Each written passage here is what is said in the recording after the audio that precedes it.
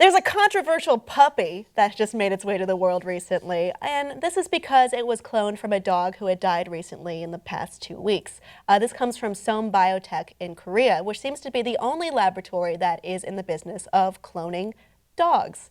By the way, this is about $100,000 for a cloned animal.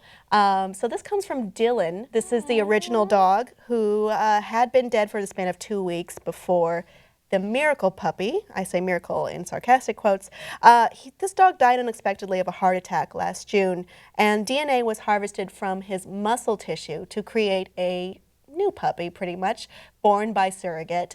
Pretty much what they had done is harvested a dog egg and then removed the genetic material, most of it. This is how the process works, and then inserting Dylan's genetic material and having a puppy born by surrogate.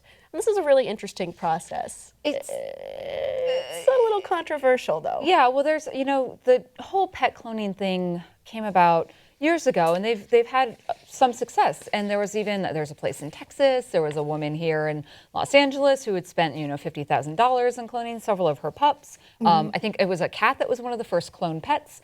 But a lot of the companies have now shut down due to the ethical practices behind it. It's a very invasive procedure for the surrogate mother and the egg donor. Well, it's also not very disclosed what happens because there was a process shown from Sohm Biotech, and the doctor who is pioneering this is Dr. Hwang Woo-suk.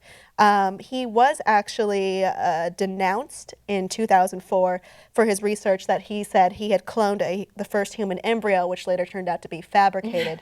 So many hypothesize that this doctor is trying to maybe win back his good name after being disgraced, maybe being allowed to use human cells once again. It's a very odd thing that isn't really addressed. And even the whole concept of cloning an animal, it's still not quite there because people are being sold on the fact that we can replace your loved one. We can replace this pet that you love dearly completely, and that's not true because epigenetics, the change in gene expression when you clone an animal, while you might get the physical characteristics, the emotional, the behavioral aspects of that pet are not there because that's something that's learned. That's something that's grown over time, and you're never going to be able to recreate, little Sparky in the same way that the Sparky that you knew. I should note it's not exactly an exact clone. There is some genetic material in there that is from a different animal. Though a lot of the times these clones, they don't even live long or survive through infancy. There's so many genetic problems. There's tumors. There's heart problems. They're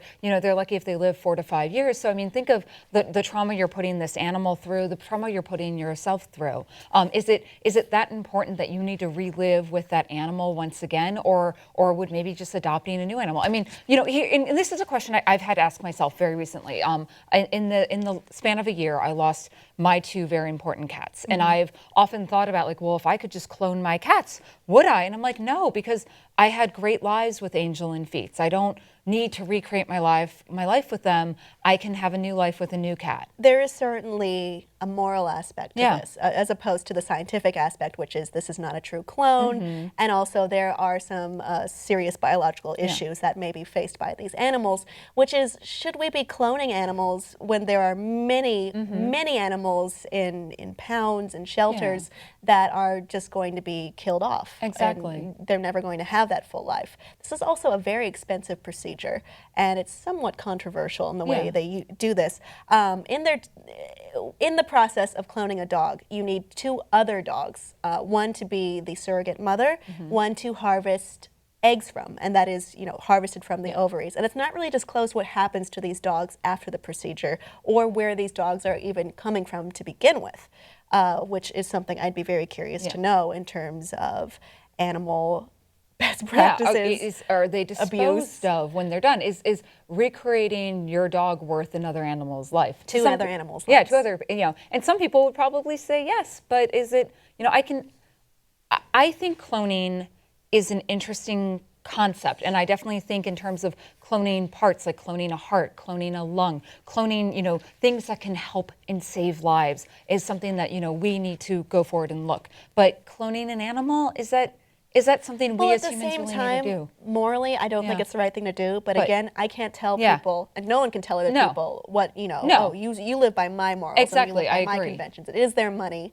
And this is what they've chosen to do. But I think there's a reason this has been outlawed everywhere but this one place.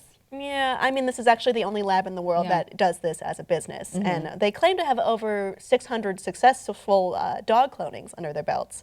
But we don't know a ton about the before and after process, in particular with the other animals. Audience, would you ever clone an animal again, with that price tag, knowing the biological factors that you would have to worry about and the moral factors there? Let us know below in the comments, and please like and subscribe for more.